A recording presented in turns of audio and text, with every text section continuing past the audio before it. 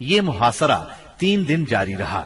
تیسرے دن رسول اللہ صلی اللہ علیہ وسلم نے فتح اور غنیمت کی دعا فرمائی، پھر مسلمانوں کو حملے کی دعوت دی۔ مسلمانوں نے شدت کا حملہ کیا۔ پہلے مقابلے کے لیے للکارا گیا، پھر گھمسان کی لڑائی شروع ہوئی۔ یہ لڑائی یہود کی شکست پر ختم ہوئی اور مسلمانوں نے سورج ڈوبنے سے پہلے قلعہ فتح کر لیا۔ غنیمت میں بہت سا غلہ ہاتھ آیا۔ اس قلعے میں سب سے زیادہ خوراک اور چربی تھی۔ اس طرح یہ مسلمانوں کے لیے سب سے کارآمد قلعہ ثابت ہوا۔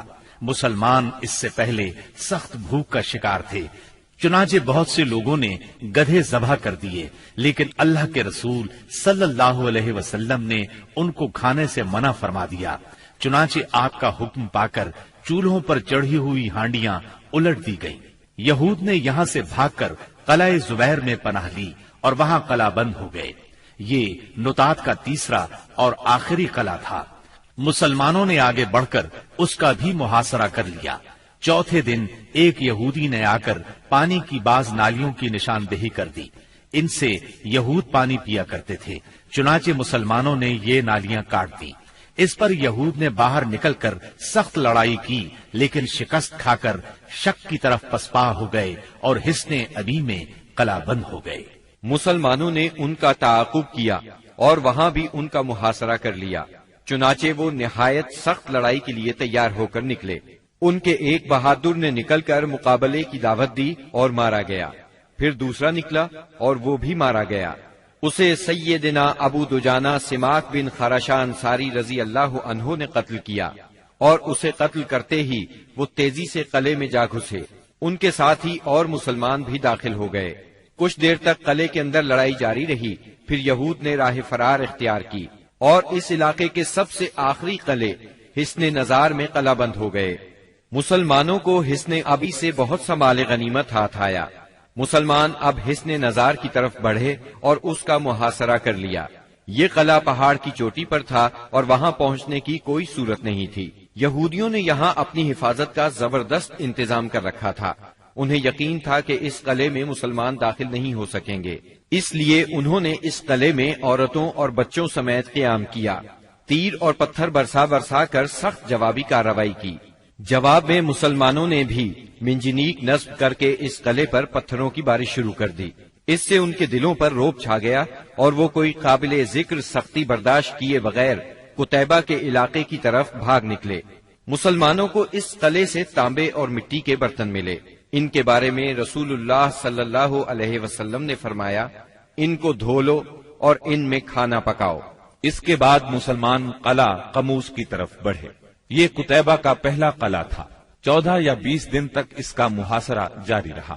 اس کے بعد یہود نے پناہ طلب کر لی۔ یہ بھی کہا جاتا ہے کہ انہوں نے پناہ طلب نہیں کی تھی، مسلمانوں نے لڑ کر فتح کیا اور یہود باقی 2 قلعوں وطیح اور سلالم کی طرف بھاگے۔ لیکن جب مسلمانوں نے ان کے محاصرے کے لیے پیش قدمی کی تو یہود نے اس شرط پر امان طلب کر لی کہ وہ عورتوں اور بچوں سمیت خیبر کی سرزمین سے جلا وطن ہو جائیں گے۔ رسول اللہ صلی اللہ علیہ وسلم نے یہ شرط مان لی اور آپ نے یہ بھی اجازت دی کہ سونے، چاندی، گھوڑے اور ہتھیاروں کے علاوہ وہ اپنی سواریوں پر جو کچھ اور جتنا کچھ لاد سکتے ہیں لے جائیں، اور اگر کچھ چھپایا تو ذمہ ختم سمجھا جائے گا۔ اس کے بعد انہوں نے باقی 3 قلعے مسلمانوں کے حوالے کر دیے۔ مسلمانوں کو 100 زرہیں، 400 تلواریں، 1000 نیزے اور 500 عربی کمانیں ہاتھ آئیں۔ ان چیزوں کے علاوہ تورات کے کچھ صحیفے بھی ملے، لیکن یہ مانگنے والوں کو واپس دے دیے گئے۔ کنانہ ابن ابی الحقیق اور اس کے بھائی نے بدعہدی کی اور بہت سا سونا چاندی اور جواہرات چھپا دیے، لہذا ان سے ذمہ ختم ہو گیا اور بدعہدی کی سزا میں ان دونوں کو قتل کر دیا گیا۔ حیی بن اخطب کی صاحبزادی سیدہ صفیہ کنانہ کے نکاح میں تھی، انہیں قیدیوں میں داخل کر لیا گیا۔ اس غزوے میں کل 93 یہودی مارے گئے، جبکہ مسلمان 15 کے قریب شہید ہوئے۔ سیدنا عمرو بن امیہ زمری رسول اللہ صلی اللہ علیہ وسلم کا خط لے کر نجاشی کے پاس گئے تھے۔ جب وہ حبشہ کے مہاجرین کو ساتھ لے کر واپس ہوئے تو ان میں سے ایک جماعت نے خیبر کا رخ کیا، جس میں سیدنا ابو موسیٰ اشعری اور جعفر بن ابی طالب رضی اللہ عنہما بھی تھے۔ یہ لوگ رسول اللہ صلی اللہ علیہ وسلم کے پاس پہنچے تو خیبر فتح ہو چکا تھا،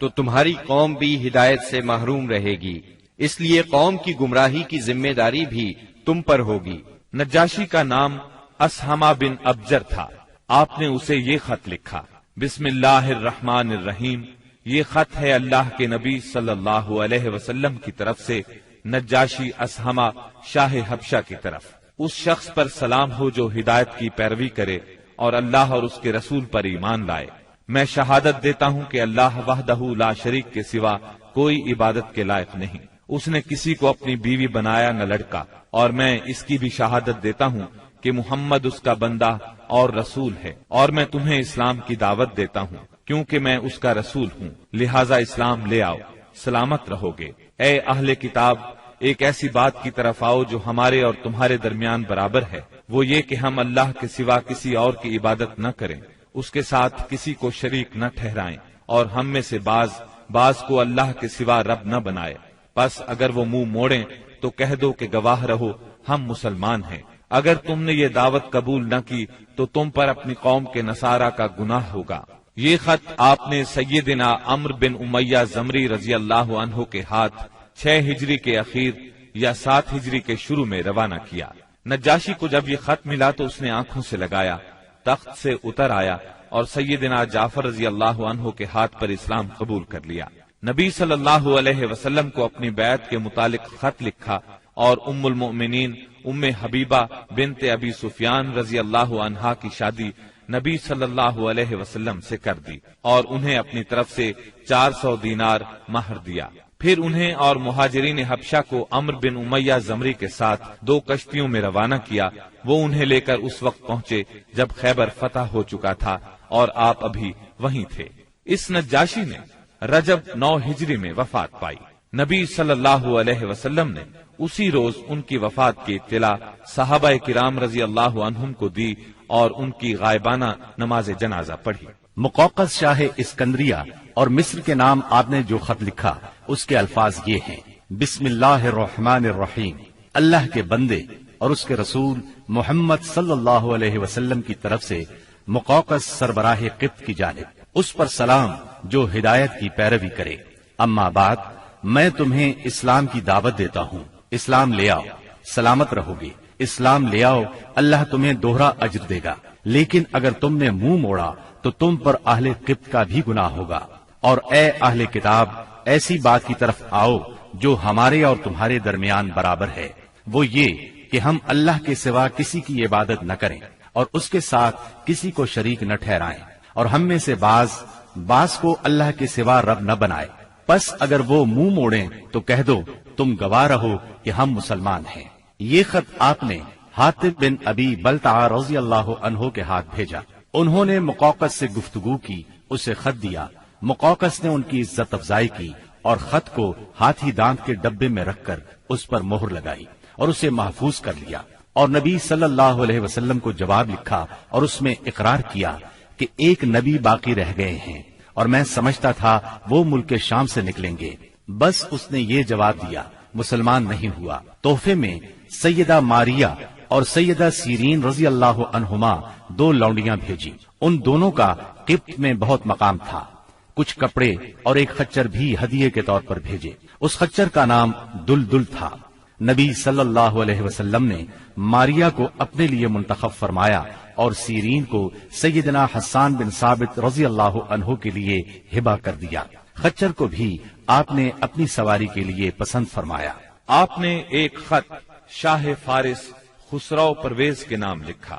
آپ نے اسے لکھا، بسم اللہ الرحمن الرحیم، محمد رسول اللہ صلی اللہ علیہ وسلم کی طرف سے کسرا والی فارس کی جانب، اس شخص پر سلام جو ہدایت کی پیروی کرے اور اللہ اور اس کے رسول پر ایمان لائے اور گواہی دے کہ اللہ کے سوا کوئی عبادت کے لائق نہیں، وہ تنہا ہے، اس کا کوئی شریک نہیں، اور محمد صلی اللہ علیہ وسلم اس کے بندے اور رسول ہیں۔ میں تمہیں اللہ کی طرف بلاتا ہوں کیونکہ میں تمام انسانوں کی جانب اللہ کا بھیجا ہوا ہوں، تاکہ جو شخص زندہ ہے اسے انجام بد سے ڈرایا جائے اور کافروں پر حق بات ثابت ہو جائے، یعنی حجت تمام ہو جائے۔ پس تم اسلام لے آؤ، سالم رہو گے۔ اگر اس سے انکار کرو گے تو تم پر مجوس کا گناہ بھی ہوگا۔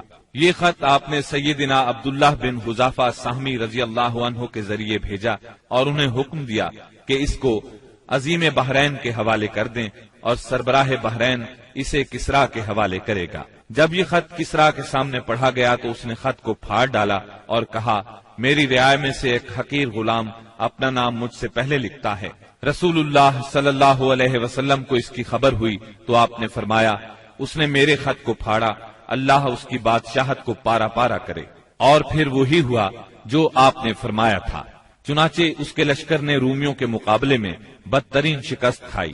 پھر خسرو کے بیٹے شیرویہ نے اس کے خلاف بغاوت کی، اسے قتل کر دیا اور خود بادشاہ بن بیٹھا۔ اس کے بعد وہاں ٹوٹ پھوٹ کا ایک سلسلہ چل نکلا، یہاں تک کہ سیدنا عمر فاروق رضی اللہ عنہ کے دور میں اسلامی لشکر نے اس ملک کو فتح کیا اور یہ بادشاہت ہمیشہ کے لیے ختم ہو گئی۔ آپ نے ایک خط حارث بن ابی شمر غسانی کے نام لکھا، یہ قیصر کی طرف سے دمشق کا امیر تھا۔ اس کے نام آپ نے جو خط لکھا وہ یہ تھا، بسم اللہ الرحمن الرحیم، محمد رسول اللہ صلی اللہ علیہ وسلم کی طرف سے حارث بن ابی شمر کی طرف، اس پر سلام جو ہدایت کی پیروی کرے اور اللہ پر ایمان لائے اور تصدیق کرے۔ میں تجھے دعوت دیتا ہوں کہ اللہ وحدہ لا شریک پر ایمان لیا، تیرے لیے تیرا ملک باقی رہے گا۔ آپ نے یہ خط قبیلہ اسد بن خزیمہ سے تعلق رکھنے والے ایک صحابی شجاع بن وہب اسدی رضی اللہ عنہ کے ہاتھ بھیجا۔ حارث کو خط ملا، پڑھ کر بولا، کون ہے جو مجھ سے میرا ملک چھینے گا؟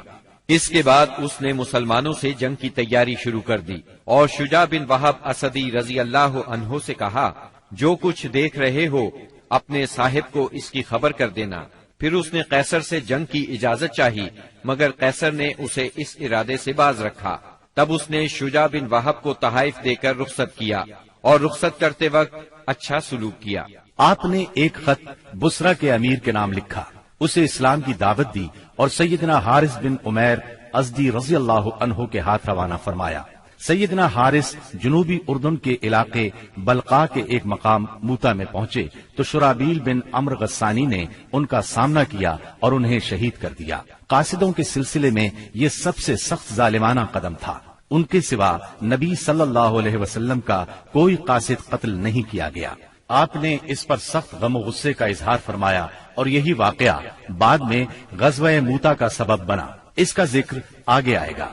جب ذیقات کا چاند طلوع ہو گیا تو نبی صلی اللہ علیہ وسلم نے صحابہ کرام رضی اللہ عنہم کو حکم دیا کہ اپنے عمرے کی قضا کے طور پر عمرہ کریں اور کوئی بھی آدمی حدیبیہ میں حاضر تھا پیچھے نہ رہے۔ چنانچہ اس مدت میں جو لوگ شہید ہو چکے تھے انہیں چھوڑ کر بقیہ سب لوگ روانہ ہوئے اور اہل حدیبیہ کے سوا کچھ اور لوگ بھی عمرہ کرنے کے لیے ہمراہ نکلے۔ اس طرح تعداد 2000 ہو گئی۔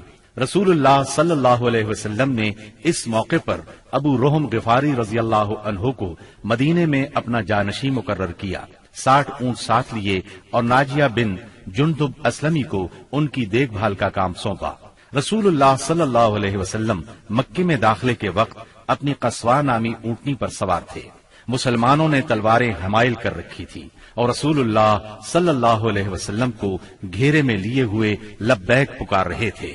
مشرکین جبکہ مسلمانوں کا تماشا دیکھنے کے لیے گھروں سے نکل کر کعبے کے شمال میں واقع قیقیان پہاڑ پر جا بیٹھے تھے، انہوں نے آپس میں باتیں کرتے ہوئے کہا تھا کہ تمہارے پاس ایک ایسی جماعت آ رہی ہے جسے یثرب کے بخار نے توڑ ڈالا ہے، اس لیے نبی صلی اللہ علیہ وسلم نے حکم دیا کہ وہ پہلے 3 پھیروں میں کندھوں کو ہلاتے ہوئے دوڑ کر چلیں تاکہ کفار کو معلوم ہو جائے مسلمان کمزور نہیں ہوئے۔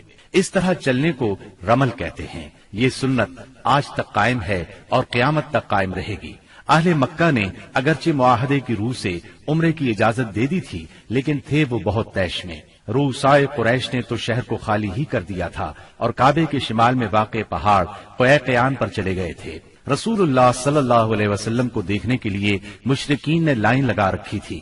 آپ مسلسل لبیک پکار رہے تھے، یہاں تک کہ آپ نے چھڑی سے حجر اسود کو چھوا پھر آپ نے طواف کیا اور صحابہ کرام نے بھی طواف کیا۔ اس وقت سیدنا عبداللہ بن رواحہ رضی اللہ عنہ تلوار حمائل کیے رسول اللہ صلی اللہ علیہ وسلم کے آگے آگے چل رہے تھے اور رجز کے یہ اشعار پڑھ رہے تھے: اے ابنائے کفار، ان کا راستہ چھوڑ دو، راستہ چھوڑ دو کہ ساری بھلائی اس کے پیغمبر ہی میں ہے۔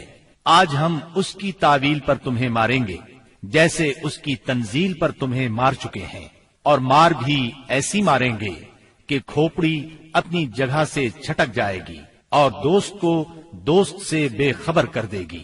اس طرح مکے میں آپ نے 3 دن قیام فرمایا، اور اس دوران میں سیدہ میمونہ بنت حارث ہلالیہ رضی اللہ عنہا سے شادی کی۔ وہ سید الشہداء سیدنا حمزہ رضی اللہ عنہ کی بیوی اور ابن عباس رضی اللہ عنہ کی خالہ تھی۔ انہیں جب شادی کا پیغام ملا تو انہوں نے اپنا معاملہ سیدنا عباس رضی اللہ عنہ کو سونپ دیا، کیونکہ سیدہ میمونہ کی بہن سیدہ ام الفضل انہی کی زوجیت میں تھی۔ سیدنا عباس نے نبی صلی اللہ علیہ وسلم سے ان کی شادی کر دی۔ 3 دن گزرنے کے بعد قریش نے پیغام بھیجا کہ معاہدے کی شرط پوری ہو چکی ہے، اب مسلمانوں کو چاہیے کہ مکہ سے چلے جائیں۔ آپ نے یہ پیغام ملتے ہی روانگی کا حکم صادر فرما دیا اور وعدے کے مطابق شہر خالی کر دیا۔ موتا اردن میں بلقاء کے قریب ایک آبادی کا نام ہے، جہاں سے بیت المقدس 2 دن کی مسافت پر واقع ہے۔ یہاں کے سردار شرحبیل بن عمرو غسانی نے نبی کریم صلی اللہ علیہ وسلم کے سفیر حارث بن عمیر ازدی کو شہید کر دیا تھا۔ وہ نبی صلی اللہ علیہ وسلم کا خط لے کر اس کے پاس گئے تھے۔ اس طرح مظلوم حارث کے قتل سے سفیروں کی جانیں خطرے میں پڑ گئی تھیں، اس لیے نبی کریم صلی اللہ علیہ وسلم نے قریباً 3000 کی فوج زید بن حارثہ رضی اللہ عنہ کے ہمراہ روانہ کی اور فرمایا، اگر زید شہید ہو جائیں تو جعفر امیر ہوں، اور جعفر شہید ہو جائیں تو عبداللہ بن رواحہ امیر ہوں گے۔ اسلامی لشکر شمال کی طرف بڑھتا ہوا معان پہنچا اور یہیں لشکر نے پڑاؤ ڈالا، اور جاسوسوں نے اطلاع پہنچائی کہ ہرقل قیصر روم بلقاء کے علاقے میں مآب کے مقام پر 1,00,000 رومیوں کا لشکر لے کر خیمہ زن ہے، اور اس کے جھنڈے تلے عرب کے صحرا نشین عیسائی قبائل لخم، جزام، بلقین، بحرا اور بلیجی وغیرہ کے بھی قریباً 1,00,000 آدمی شہنشاہ ہرقل کی آمد پر وہاں جمع تھے۔ اس لیے حاکم غسان نے ہرقل سے مدد کی درخواست کی۔ ہرقل نے اس کی مدد کے لیے فوج بھیج دی۔ اس طرح مسلمانوں کے مقابلے میں اتنی بڑی فوج آ گئی۔ مسلمان صرف 3000 تھے اور دشمن 1,00,000 سے زیادہ۔ مورخین نے ان کی تعداد 1,50,000 تک لکھی ہے۔ اتنی بڑی تعداد دیکھ کر مسلمان سوچ میں پڑ گئے۔ اس کے بارے میں انہوں نے آپس میں مشورہ کیا تو کچھ لوگوں کا خیال تھا کہ ہم رسول اللہ صلی اللہ علیہ وسلم کو تحریری طور پر دشمن کی تعداد کی اطلاع دیں۔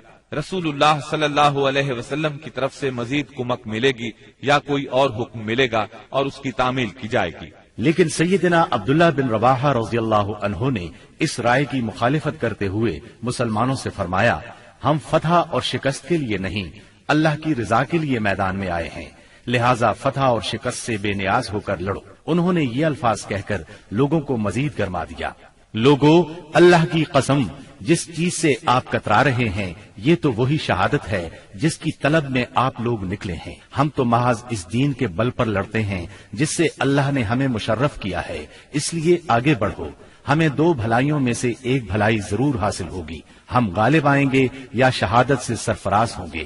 آخرکار سیدنا عبداللہ بن رواحہ رضی اللہ عنہ کی پیش کی ہوئی بات پر عمل کیا گیا اور اس طرح جنگ شروع ہو گئی۔ رسول اللہ صلی اللہ علیہ وسلم کے پروردہ سیدنا زید بن حارثہ رضی اللہ عنہ فوج کے سپہ سالار تھے۔ سیدنا زید بن حارثہ نہایت جواں مردی سے لڑتے اور دشمنوں کو مارتے کاٹتے آخر شہید ہو گئے۔ ان کی شہادت کے بعد سیدنا جعفر طیار رضی اللہ عنہ نے جھنڈا اپنے ہاتھوں میں لیا۔ یہ نبی صلی اللہ علیہ وسلم کے چچا زاد سیدنا علی رضی اللہ عنہ کے سگے بھائی تھے۔ 33 سال کی عمر تھی، نہایت جواں مردی سے لڑے، جسم پر 90 سے زیادہ زخم کھا کر شہادت کا جام نوش کیا۔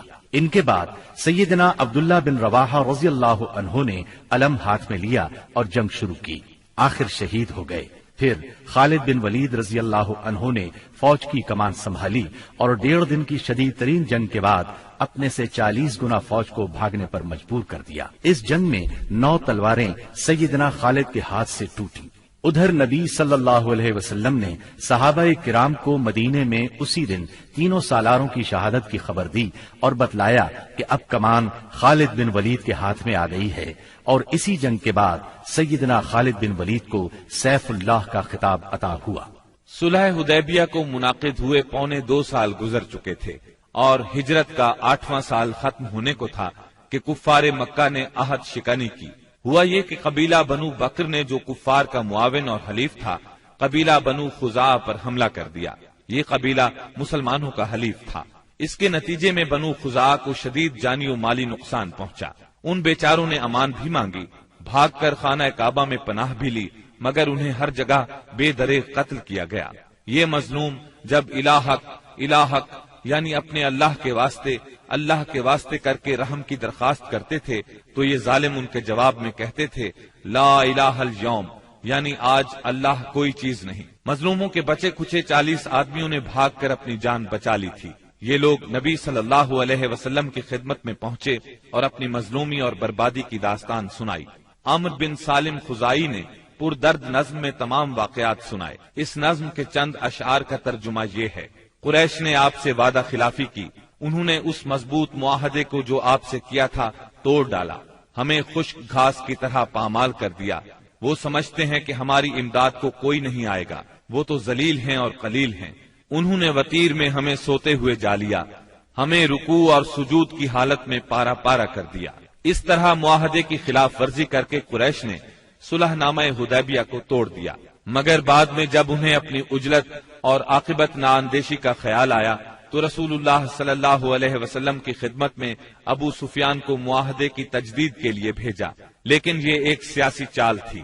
رسول اللہ صلی اللہ علیہ وسلم نے انہیں کوئی جواب نہ دیا۔ ان حالات میں اس کے سوا کوئی چارہ نہ تھا کہ کفار کی سازشوں کے اس مرکز کو ہمیشہ کے لیے بند کر دیا جائے، تاکہ کفار کو مسلمانوں کی طاقت کا صحیح اندازہ ہو جائے اور وہ سازش کرنے کی جرأت نہ کر سکیں، نہ فساد اور لڑائی پر آمادہ ہوں۔ چنانچہ رسول اللہ صلی اللہ علیہ وسلم 10,000 صحابہ کرام کے ساتھ ہجرت کے 8ویں سال رمضان المبارک میں مکے کی طرف روانہ ہوئے۔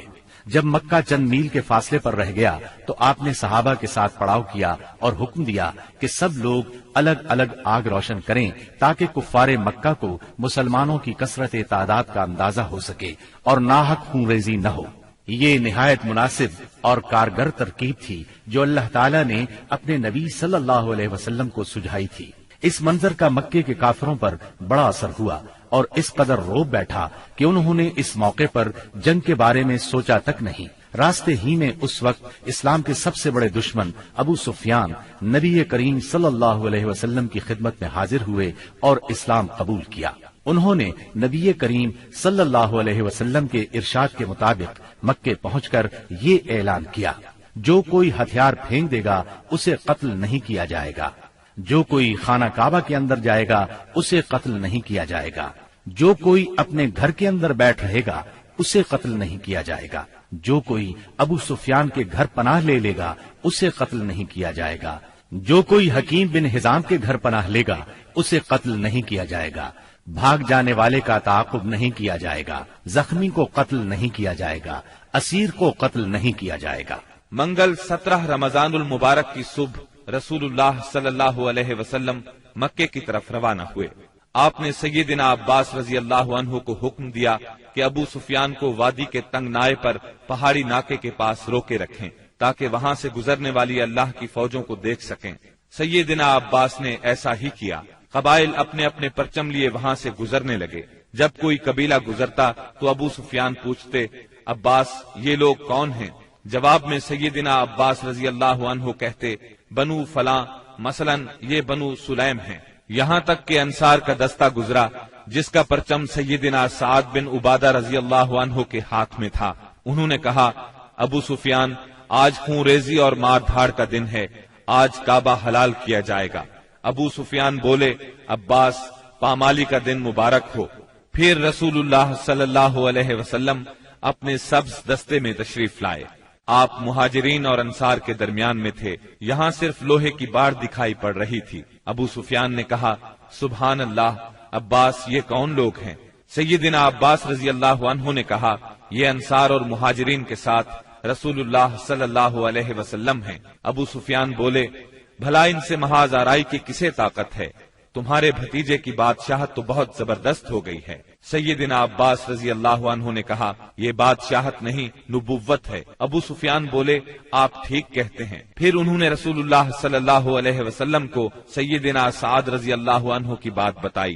آپ نے فرمایا، سعد نے غلط کہا، آج کعبے کی تعظیم کا دن ہے، آج کعبے کو غلاف پہنایا جائے گا۔ پھر آپ نے پرچم سیدنا سعد رضی اللہ عنہ کے ہاتھ سے لے کر ان کے صاحبزادے قیس کے حوالے کر دیا۔ جب رسول اللہ صلی اللہ علیہ وسلم ذی طوا پہنچے تو میسرہ کے سالار سیدنا خالد بن ولید رضی اللہ عنہ کو حکم دیا کہ وہ قدا کے راستے مکہ میں زیریں حصے سے داخل ہوں اور کوئی آڑے آئے تو اسے کاٹ کر رکھ دیں، یہاں تک کہ صفا پر آپ سے آ ملیں۔ نبی صلی اللہ علیہ وسلم نے میمنہ کے قائد اور علم بردار سیدنا زبیر کو حکم دیا کہ وہ قدا کے راستے بالائی حصے میں داخل ہوں اور ہجون میں آپ کا پرچم گاڑ دیں، نیز رسول اللہ صلی اللہ علیہ وسلم کی آمد تک وہیں ٹھہرے رہیں، جبکہ پیادہ اور بے ہتھیار لوگوں کے قائد سیدنا ابو عبیدہ رضی اللہ عنہ کو حکم دیا کہ وہ بطن وادی کا راستہ پکڑیں اور مکے میں رسول اللہ صلی اللہ علیہ وسلم سے آگے اتریں۔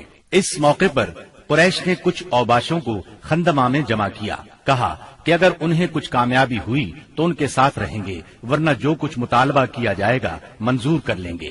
جب خالد بن ولید رضی اللہ عنہ ان کے پاس سے گزرے تو ایک معمولی سی جھڑپ میں ان کے 12 آدمیوں کو کاٹ ڈالا اور باقی بھاگ کھڑے ہوئے۔ اس کے بعد سیدنا خالد بن ولید رضی اللہ عنہ مکے کے گلی کوچوں کو رونتے ہوئے کوہ صفا پر رسول اللہ صلی اللہ علیہ وسلم سے جا ملے۔ البتہ ان کے دستے کے 2 آدمی بھٹک کر لشکر سے بچھڑ گئے اور شہید کر دیے گئے۔ ادھر سیدنا زبیر رضی اللہ عنہ نے ہجون میں مسجد فتح کے پاس جھنڈا گاڑا اور ایک خیمہ نصب کیا، اس میں ام سلمہ اور سیدہ میمونہ رضی اللہ عنہما نے قیام کیا اور وہیں ٹھہری رہیں، یہاں تک کہ رسول اللہ صلی اللہ علیہ وسلم تشریف لے آئے۔ تھوڑی دیر آرام فرمایا، پھر آگے بڑھے۔ اس وقت ابو بکر صدیق رضی اللہ عنہ آپ کے ساتھ تھے اور باتیں کر رہے تھے۔ پھر آپ سورہ فتح کی تلاوت کرتے ہوئے مہاجرین اور انصار کے جلوہ میں مسجد حرام کے اندر داخل ہوئے، حجر اسود کو چوما، بیت اللہ کا طواف کیا۔ آپ حالت احرام میں نہیں تھے، اس وقت بیت اللہ کے گرد 360 بت تھے۔ آپ صلی اللہ علیہ وسلم ایک لکڑی سے ان بتوں کو کچوکے لگاتے جا رہے تھے اور فرماتے جاتے تھے، حق آ گیا اور باطل چلا گیا، یقیناً باطل جانے ہی والا ہے۔ حق آ گیا اور باطل کی چلت پھرت ختم ہو گئی۔ آپ بتوں کو ہلکی سی ضرب لگاتے جا رہے تھے اور بت گرتے جا رہے تھے۔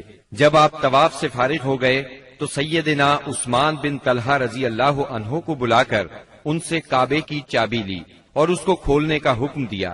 پھر اس میں جو بت تھے انہیں نکلوا کر توڑوا دیا، جو تصاویر تھیں انہیں مٹوا دیا۔ اس کے بعد آپ سیدنا اسامہ بن زید اور سیدنا بلال رضی اللہ عنہم کے ساتھ اندر داخل ہوئے اور دروازہ بند کر لیا۔ پھر دروازے کے مقابل کی دیوار کے رخ سے 3 ہاتھ کے فاصلے پر کھڑے ہوئے اپنے بائیں 1 ستون، دائیں 2 ستون اور پیچھے 3 ستون کیے اور 2 رکعت نماز پڑھی۔ پھر بیت اللہ میں گھوم کر اس کے اطراف میں اللہ کی تکبیر اور توحید کے الفاظ کہے۔ اس کے بعد آپ نے دروازہ کھولا۔ قریش مسجد حرام میں صفیں لگاتے کھچا کھچ بھرے تھے۔ آپ نے دروازے کے دونوں بازو پکڑ کر ایک بلیغ خطبہ دیا جس میں اسلام کے بہت سے احکام بیان فرمائے، جاہلیت کے امور کو ساقط کیا اور اس کی نخوت کے خاتمے کا اعلان کیا۔ پھر فرمایا، قریش کے لوگوں، تمہارا کیا خیال ہے میں تمہارے ساتھ کیا سلوک کرنے والا ہوں؟ انہوں نے جواب دیا، آپ کریم بھائی ہیں اور کریم بھائی کے صاحبزادے ہیں۔ آپ نے ارشاد فرمایا، لا تثریب علیکم اليوم اذهبوا فانتم الطلقاء، آج کے دن تم پر کوئی سرزنش نہیں، جاؤ تم سب آزاد ہو۔ پھر نیچے تشریف لائے اور مسجد حرام میں تشریف فرما ہوئے۔ چابی سیدنا عثمان بن طلحہ رضی اللہ عنہ کو واپس کی اور فرمایا، اس کو ہمیشہ ہمیشہ کے لیے لے لو، تم لوگوں سے اسے وہی چھینے گا جو ظالم ہوگا۔ نبوت کے ابتدائی دنوں میں ایک مرتبہ نبی اکرم صلی اللہ علیہ وسلم نے انہی عثمان سے فرمایا تھا کہ بیت اللہ کا دروازہ کھول دو، انہوں نے انکار کیا تھا۔ تب نبی کریم صلی اللہ علیہ وسلم نے فرمایا تھا، اچھا تم دیکھ لینا کہ ایک دن یہ چابی میرے ہاتھ میں ہوگی اور میں جسے چاہوں گا اسے عطا کروں گا۔ یہ سن کر عثمان بن طلحہ رضی اللہ عنہ نے جواب دیا تھا، کیا اس روز قریش کے سبھی مرد ذلیل اور تباہ ہو جائیں گے؟ اس بات کے جواب میں آپ نے فرمایا تھا، وہ اور بھی زیادہ عزت دار ہوں گے۔ اسی روز رسول اللہ صلی اللہ علیہ وسلم ام ہانی بنت ابی طالب کے گھر میں داخل ہوئے، وہاں غسل کیا اور ان کے گھر ہی میں 8 رکعت نماز پڑھی۔ ہر 2 رکعت پر سلام پھیرا۔ یہ چاشت کا وقت تھا، اس لیے کسی نے اسے چاشت کی نماز سمجھا اور کسی نے فتح کی نماز مراد لی۔ ام ہانی نے اپنے 2 دیوروں کو پناہ دے رکھی تھی۔ سیدنا علی رضی اللہ عنہ انہیں قتل کرنا چاہتے تھے۔ اس بارے میں جب ام ہانی رضی اللہ عنہا نے بات کی تو آپ نے فرمایا، جسے تم نے پناہ دے رکھی ہے اسے ہم نے پناہ دی۔ ظہر کی نماز کا وقت ہوا تو رسول اللہ صلی اللہ علیہ وسلم نے سیدنا بلال رضی اللہ عنہ کو حکم فرمایا، بلال کعبے کی چھت پر چڑھ کر اذان دو۔ چنانچہ انہوں نے کعبے کی چھت پر چڑھ کر اذان دی۔ یہ گویا اسلام کے غلبے کا اعلان تھا، اور جس قدر یہ مشرکین کو ناگوار تھا، مسلمانوں کے لیے اسی قدر خوشگوار تھا۔ والحمدللہ رب العالمین۔ جب مکے کی فتح مکمل ہو چکی تو انصار کو فکر لاحق ہوئی کہ کہیں رسول اللہ صلی اللہ علیہ وسلم یہیں نہ ٹھہر جائے، کیونکہ بہرحال یہ آپ کے خاندان اور آپ کے قبیلے کا شہر تھا۔ اس وقت رسول اللہ صلی اللہ علیہ وسلم صفا پر ہاتھ اٹھائے دعا فرما رہے تھے۔ دعا سے فارغ ہوئے تو فرمایا، اللہ کی پناہ، اب زندگی اور موت تمہارے ساتھ ہے۔ اس سے انصار مطمئن ہو گئے، ان کا خوف جاتا رہا اور وہ خوش ہو گئے۔ رسول اللہ صلی اللہ علیہ وسلم نے مکے میں 19 روز قیام فرمایا اور اس دوران آثار اسلام کی تجدید کی۔ مکے کو آثار جاہلیت سے پاک کیا، نئے سرے سے حرم کے ستون نصب کیے اور آپ کے منادی نے اعلان کیا، جو شخص اللہ اور آخرت کے دن پر ایمان رکھتا ہے وہ اپنے گھر میں کوئی بت نہ چھوڑے بلکہ اسے توڑ دے۔ 25 رمضان المبارک کو رسول اللہ صلی اللہ علیہ وسلم نے 30 سواروں کے ساتھ سیدنا خالد بن ولید رضی اللہ عنہ کو عزا اور اس کا بت خانہ ڈھانے کے لیے نخلا روانہ کیا۔ سیدنا خالد بن ولید نے جا کر اس کو ڈھا دیا۔ یہ مشرکین کا سب سے بڑا بت تھا۔ پھر آپ نے رمضان ہی میں سیدنا عمرو بن عاص رضی اللہ عنہ کو سوا نامی بت ڈھانے کے لیے روانہ کیا۔ یہ حذیل کا سب سے بڑا بت تھا۔ اس کا استھان مکے سے شمال مشرق میں 150 کلومیٹر کے فاصلے پر رہات نامی مقام پر تھا۔ سیدنا عمرو نے جا کر اس کو ڈھایا۔ اس کا مجاور بت کی بے بسی دیکھ کر مسلمان ہو گیا۔ پھر آپ صلی اللہ علیہ وسلم نے سعد بن زید اشہلی کو اسی ماہ رمضان میں 20 سوار دے کر منات کی طرف روانہ فرمایا۔ یہ قدید کے پاس مشلل میں تھا۔ یہ کلب، خزاع، غسان اور اوس و خزرج کا بت تھا۔ سیدنا سعد نے جا کر اسے توڑ دیا اور بت خانہ ڈھا دیا۔ فتح مکہ کے بعد بہت سے قبائل نے اسلام قبول کر لیا، لیکن حوازن اور بنو ثقیف کے قبیلوں نے چند اور قبائل کو اپنے ساتھ ملا کر 4000 کا لشکر تیار کیا اور مسلمانوں سے زور آزمائی کا فیصلہ کیا۔ نبی کریم صلی اللہ علیہ وسلم کو ان کے ارادوں کی اطلاع ہوئی تو آپ نے اپنے ایک صحابی کو تحقیق کے لیے بھیجا۔ انہوں نے تصدیق کی، تب آپ نے مسلمانوں کو تیاری کا حکم فرمایا۔ چنانچہ 10,000 مدنی اور 2,000 مکی فوج کا لشکر تیار ہو گیا۔ بعض لوگوں نے لشکر کی کثرت کے پیش نظر کہا، آج ہم مغلوب نہیں ہوں گے۔ یہ بات رسول اللہ صلی اللہ علیہ وسلم پر گراں گزری۔ شام ہوئی تو ایک سوار نے آ کر اطلاع دی کہ بنو حوازن عورتوں، بچوں اور اونٹ بکریوں سمیت نکلے ہیں۔ آپ یہ سن کر مسکرائے اور فرمایا، یہ کل انشاءاللہ مسلمانوں کا مال غنیمت ہوگا۔ 10 شوال 8 ہجری کی رات رسول اللہ صلی اللہ علیہ وسلم حنین پہنچے۔ وادی حنین مکہ معظمہ سے 30 میل دور واقع ہے۔ آپ نے وادی میں داخل ہونے سے پہلے سحر کے وقت لشکر کو ترتیب دیا۔ مہاجرین کا پرچم علی بن ابی طالب کو دیا، اوس کا پرچم اسید بن حذیر رضی اللہ عنہ کو، اور خزرج کا پرچم حباب بن منذر کو، اور کچھ دوسرے پرچم دوسرے قبائل کو دیے۔ 2 زرہیں پہنی، سر اور چہرے پر خود رکھا، اس کے بعد ہراول دستے نے وادی میں اترنا شروع کیا۔ اسے چھپے ہوئے دشمن کی موجودگی کا علم نہیں تھا۔ ابھی وہ اتر ہی رہا تھا کہ اچانک دشمن نے ٹڈی دل کی طرح تیروں کی بارش کر دی۔ پھر دشمن مسلمانوں پر ٹوٹ پڑا۔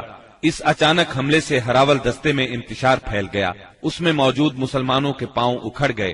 جو لوگ پیچھے تھے وہ بھی انہی کے ساتھ ہو لیے۔ جہاں تک رسول اللہ صلی اللہ علیہ وسلم کا تعلق ہے تو نہ صرف یہ کہ آپ چند انصار اور مہاجرین کے ساتھ اپنی جگہ پر ثابت قدم رہے، بلکہ آپ دشمن کی طرف بڑھنے کے لیے اپنے خچر کو ایڑ لگاتے اور فرماتے جا رہے تھے، انا النبی لا کذب انا ابن عبد المطلب، میں نبی ہوں، جھوٹا نہیں، میں عبد المطلب کا فرزند ہوں۔ سیدنا عباس رضی اللہ عنہ نے آپ کے حکم پر مہاجرین اور انصار کو آواز دی۔ یہ آواز سنتے ہی ہر طرف سے مسلمان رسول اللہ صلی اللہ علیہ وسلم کے گرد جمع ہونے لگے، اور اللہ نے اپنے رسول اور مسلمانوں پر سکینت طاری کر دی اور اندیکھا لشکر اتارا۔ چنانچہ مسلمانوں نے پلٹ کر حملہ کر دیا اور دھواں دار جنگ شروع ہو گئی۔ ایسے میں اللہ کے رسول صلی اللہ علیہ وسلم نے فرمایا، اب چولہا گرم ہو گیا ہے۔ پھر آپ نے ایک مٹھی میں مٹی لے کر ان کے چہروں پر ماری اور فرمایا، شاہت الوجوہ، چہرے بگڑ جائیں۔ اس مٹی سے ان کی آنکھیں بھر گئیں۔ اس کے بعد ان کی دھار کند اور ان کا کام پچھڑتا چلا گیا، یہاں تک کہ وہ پراگندہ ہو کر بھاگ نکلے، اور مسلمانوں نے مارتے کاٹتے ان کا پیچھا کیا۔ چنانچہ عورتوں اور بچوں کو پکڑ لیا اور بہت سے فوجیوں کو گرفتار کر لیا۔ اس دن سیدنا خالد بن ولید رضی اللہ عنہ کو بھی بہت زخم آئے۔ ادھر رسول اللہ صلی اللہ علیہ وسلم کے ساتھ اللہ کی عنایت دیکھ کر بہت سے مشرکین مسلمان ہو گئے۔ مشرکین بھاگے تو 3 گروہوں میں تقسیم ہو گئے۔ سب سے بڑا گروہ طائف کی طرف بھاگا، دوسرے گروہ نے نخلا کا رخ کیا، اور تیسرے گروہ نے اوتاس میں مورچہ بندی کی۔ آپ نے اوتاس میں ابو موسیٰ اشعری رضی اللہ عنہ کے چچا ابو عامر اشعری رضی اللہ عنہ کو صحابہ کی ایک جماعت کے ساتھ بھیجا۔ انہوں نے دشمنوں کو مار کاٹ اور بھگا کر سارے مال غنیمت پر قبضہ کر لیا۔ البتہ ابو عامر اشعری رضی اللہ عنہ خود اس معرکے میں شہید ہو گئے، اور ان کی جگہ ابو موسیٰ اشعری رضی اللہ عنہ نے سنبھالی اور کامیاب و کامران لوٹے۔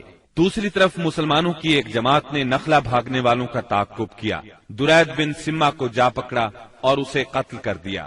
رسول اللہ صلی اللہ علیہ وسلم نے مال غنیمت اور قیدیوں کو جمع کرنے کا حکم دیا۔ اس کی کل تعداد یہ تھی، اونٹ قریباً 24,000، بکریاں 40,000 سے زیادہ، چاندی 4,000 اوقیہ یعنی 1,60,000 درہم، عورتیں اور بچے 6,000۔ ان سب کو جعرانہ میں جمع کر کے سیدنا مسعود بن عمرو غفاری رضی اللہ عنہ کو ان کا نگران مقرر فرمایا۔ اس کے بعد آپ نے طائف کی طرف توجہ فرمائی۔ آپ خود اس سمت میں بڑھے۔ طائف مکہ سے 60 میل کے فاصلے پر ایک سرسبز پہاڑ کے دامن میں واقع ہے۔ آپ نے طائف کا محاصرہ کر لیا۔ یہ محاصرہ 20 دن تک جاری رہا، لیکن شہر فتح نہ ہو سکا۔ محاصرہ چھوڑ کر آپ جعرانہ کے مقام پر تشریف لائے۔ یہاں مال غنیمت ذخیرہ کیا گیا تھا۔ رسول اللہ صلی اللہ علیہ وسلم طائف سے جعرانہ واپس آ کر 10 دن سے زیادہ ٹھہرے رہے۔ مال غنیمت تقسیم نہ فرمایا۔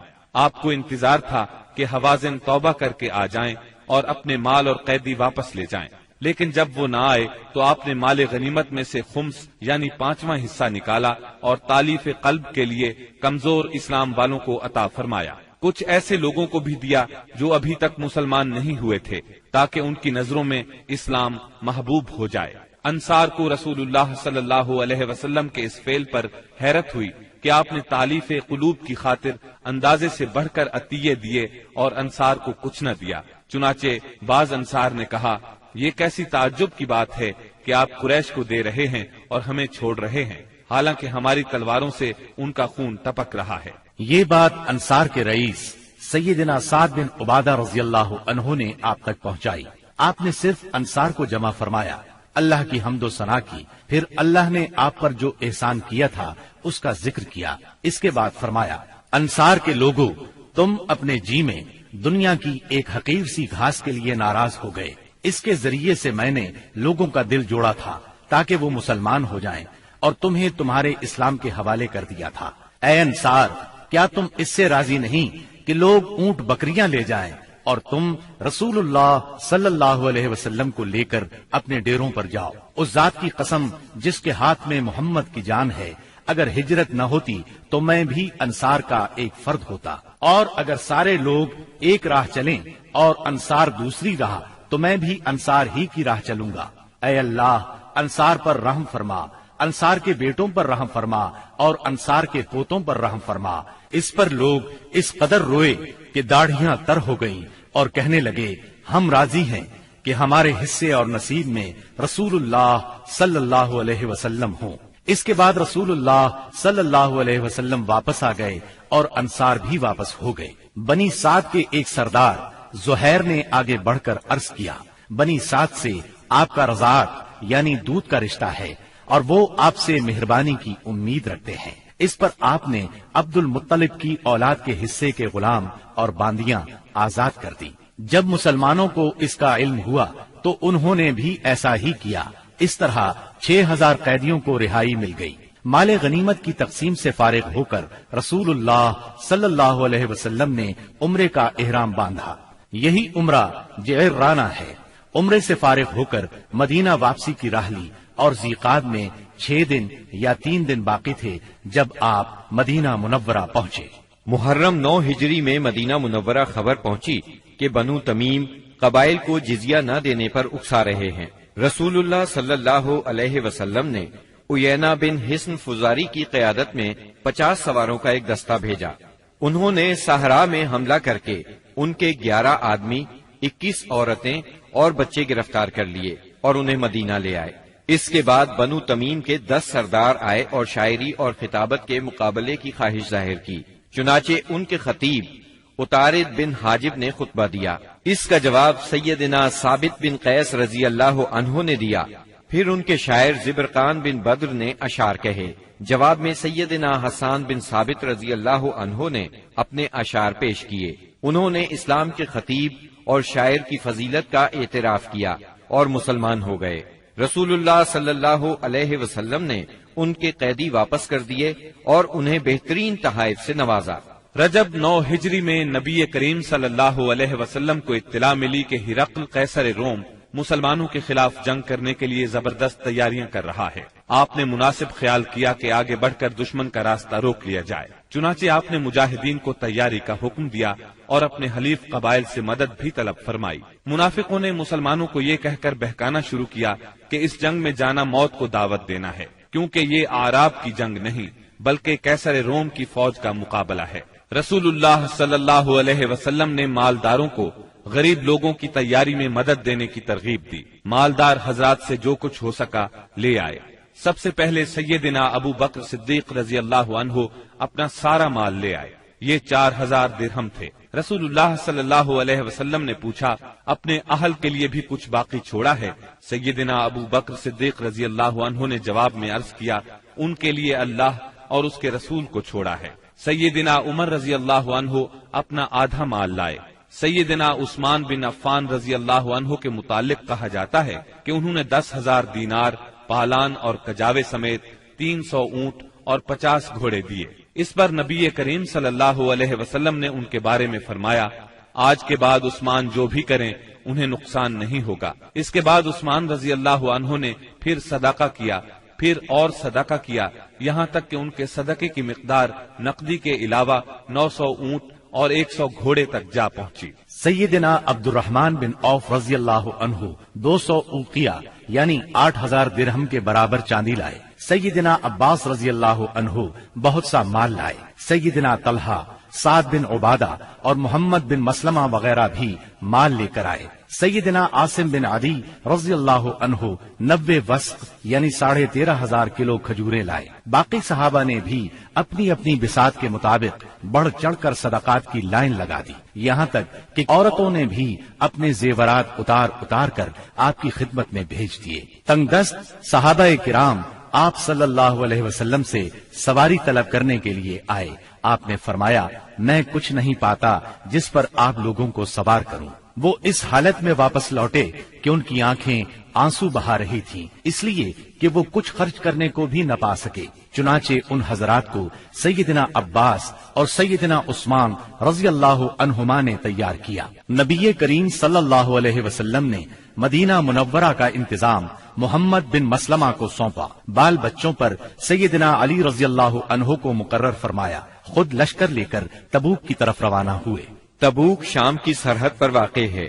نبی کریم صلی اللہ علیہ وسلم نے سب سے بڑا علم سیدنا ابو بکر صدیق رضی اللہ عنہ کے سپرد کیا اور پھر ہر قبیلے کا جھنڈا اس کے سردار کے حوالے کیا۔ غرض اسلام کا یہ لشکر 14 دن میں تبوک پہنچ گیا۔ جب قیصر روم ہرقل کو مسلمانوں کے جوش، جذبے اور تیاری کی اطلاع ملی تو اس نے جنگ کا ارادہ ترک کر دیا۔ آپ نے 20 روز وہاں قیام فرمایا۔ اسی مقام پر قیصر روم کے ماتحت حکام نے آپ سے امان طلب کر کے جزیہ دینا قبول کیا۔ اس کے بعد لشکر اسلام جنگ کے بغیر اپنا مقصد حاصل کر کے واپس لوٹ آیا۔ منافقین نے مسلمانوں میں پھوٹ ڈالنے کے لیے مسجد قباء کے مقابلے میں مسجد زرار تعمیر کی تھی۔ جب نبی صلی اللہ علیہ وسلم غزوہ تبوک کے لیے جانے لگے تو منافقین نے اس مسجد میں نماز پڑھنے کی خواہش کی۔ آپ نے انہیں جواب دیا کہ واپسی پر پڑھاؤں گا۔ واپسی کی خبر پا کر یہ لوگ آگے بڑھیں تاکہ رسول اللہ صلی اللہ علیہ وسلم مسجد زرار میں نماز ادا فرمائیں۔ اس وقت اللہ تعالیٰ نے وحی نازل فرمائی اور اپنے رسول کو مسجد زرار کی حقیقت سے آگاہ فرمایا۔ یہ ذکر سورہ توبہ کی آیات 107 اور 108 میں آیا ہے۔ وحی آنے پر رسول اللہ صلی اللہ علیہ وسلم نے منافقین کی تعمیر کردہ مسجد کو گروا دیا، اس کا تمام سامان جلوا دیا۔ 9 ہجری میں چند واقعات تاریخی نوعیت کے پیش آئے۔ تبوک سے واپسی کے بعد اویمر اجلانی اور ان کی بیوی کے درمیان لعان ہوا۔ غامدیہ نامی ایک عورت آپ کی خدمت میں حاضر ہوئی، اس نے بدکاری کا اقرار کیا۔ آپ نے اسے رجم کرنے کا حکم فرمایا، لیکن وہ بچے کی ماں بننے والی تھی، لہٰذا بچے کی پیدائش کے بعد رجم کیا گیا۔ اسحمہ نجاشی شاہ حبشہ نے وفات پائی اور رسول اللہ صلی اللہ علیہ وسلم نے ان کی غائبانہ نماز جنازہ ادا فرمائی۔ نبی صلی اللہ علیہ وسلم کی صاحبزادی ام کلثوم رضی اللہ عنہا کی وفات ہوئی۔ ان کی وفات پر آپ کو سخت غم ہوا اور آپ نے سیدنا عثمان رضی اللہ عنہ سے فرمایا، اگر میرے ہاں تیسری بیٹی ہوتی تو اس کی شادی بھی میں تم سے کر دیتا۔ تبوک سے رسول اللہ صلی اللہ علیہ وسلم کی واپسی کے بعد منافقین کے سردار عبداللہ بن ابی نے وفات پائی۔ رسول اللہ صلی اللہ علیہ وسلم نے اس کے لیے دعائے مغفرت کی۔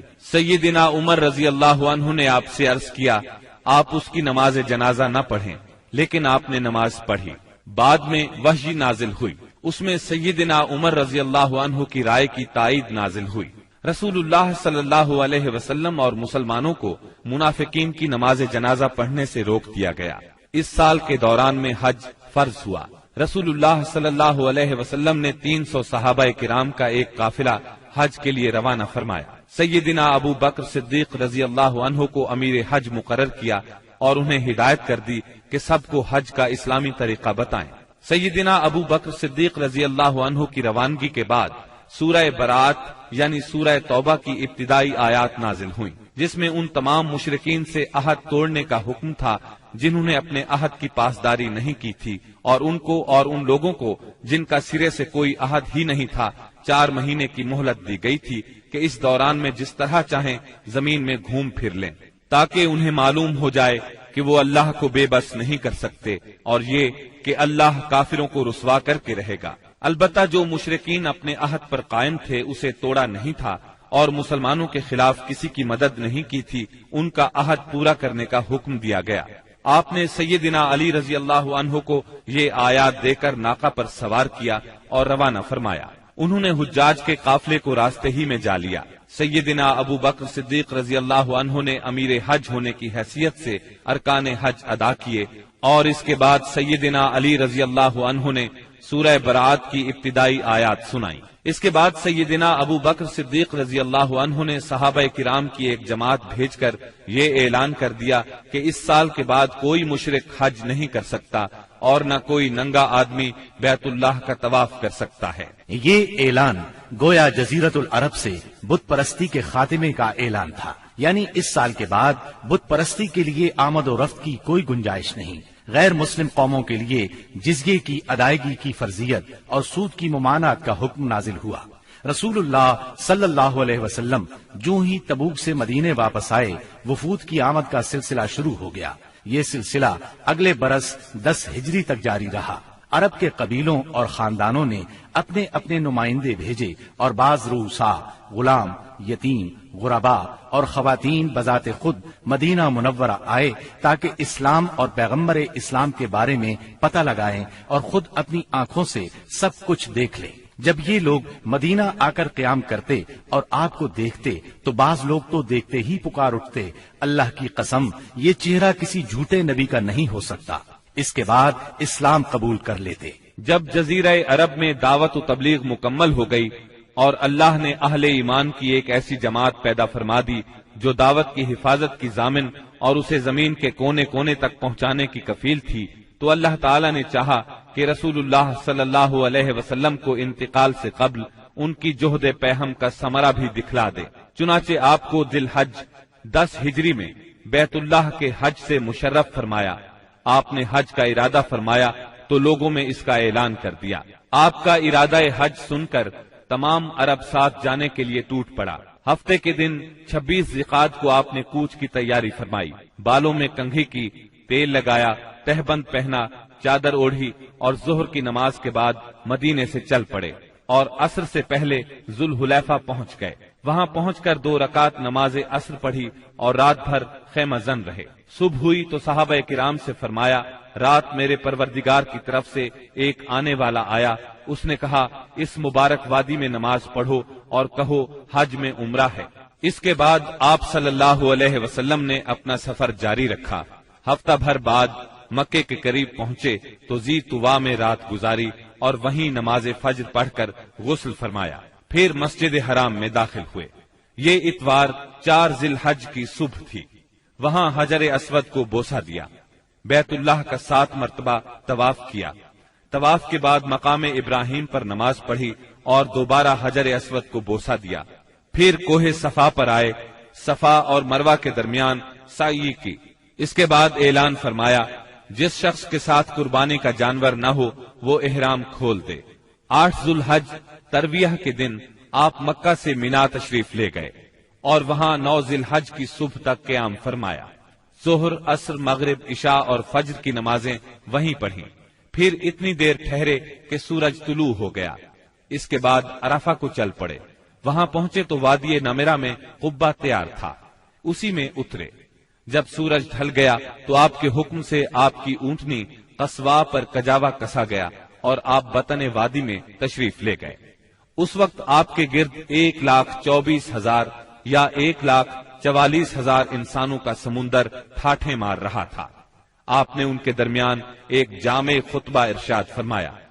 جو لوگ خطبے کے جملوں کو سن رہے تھے وہ دوسروں تک پہنچا رہے تھے اور سنانے کے لیے بلند آواز سے دوہرا رہے تھے۔ آپ صلی اللہ علیہ وسلم نے ارشاد فرمایا، جو لوگ یہاں موجود نہیں ہیں ان کو سننے والے یہ پیغام پہنچا دیں۔ نبی کریم صلی اللہ علیہ وسلم نے اپنے اس خطبے میں ارشاد فرمایا، لوگو میری باتوں کو غور سے سنو کیونکہ میں نہیں جانتا، شاید اس سال کے بعد اس مقام پر میں تم سے کبھی نہ مل سکوں۔ لوگو جیسا کہ یہ دن، یہ مہینہ اور یہ شہر مکہ حرمت والا ہے، اسی طرح ایک دوسرے کے جان و مال تم پر حرام ہے۔ سن لو، جاہلیت کی ہر چیز میرے پاؤں تلے روند دی گئی، جاہلیت کے خون بھی ختم کر دیے گئے، اور ہمارے خون میں سے پہلا خون ربیعہ بن حارث کے بیٹے کا خون ہے، میں اس کو ختم کر رہا ہوں۔ یہ بچہ بنو سعد میں دودھ پی رہا تھا کہ انہی ایام میں قبیلہ بنو حذیل نے اسے قتل کر دیا، اور جاہلیت کا سود ختم کر دیا گیا، اور ہمارے سود میں سے پہلا سود عباس بن عبد المطلب کا ہے، میں اس کو ختم کر رہا ہوں۔ اب یہ سارے کا سارا سود ختم ہے۔ اے لوگو، عورتوں کا تم پر حق ہے جیسا کہ تمہارا ان پر حق ہے، عورتوں کے ساتھ بھلائی کرو، تمہیں بہت جلد اللہ کے سامنے حاضر ہونا ہے اور وہ تم سے تمہارے اعمال کے بارے میں سوال فرمائے گا۔ خبردار خبردار، میرے بعد گمراہ نہ ہو جانا۔ لوگو، نہ تو میرے بعد کوئی پیغمبر ہے، نہ کوئی اور امت ہی پیدا ہونے والی ہے۔ خوب سن لو، اپنے پروردگار کی عبادت کرنا، پنجگانہ نماز ادا کرنا، رمضان کے روزے رکھنا، اپنے مالوں کی زکات دینا۔ تمام مسلمان محکوم ہوں یا آزاد یکساں ذمہ داریاں اور حقوق رکھتے ہیں۔ اعمال دین کے سوا کسی کو کسی پر کوئی فضیلت نہیں۔ تم اپنے غلاموں کو وہ کھلاؤ جو تم خود کھاتے ہو، اور انہیں وہ لباس پہناؤ جو تم خود پہنتے ہو۔ ان پر نہ کوئی ظلم کرو اور نہ ان کا کوئی حق چھینو۔ امانتیں ان کے مالکوں کے سپرد کرنا چاہیے۔ دوسروں پر ظلم نہ کرو تاکہ تم پر بھی ظلم نہ کیا جائے۔ Thanks for watching. Don't forget to like, comment, share and subscribe to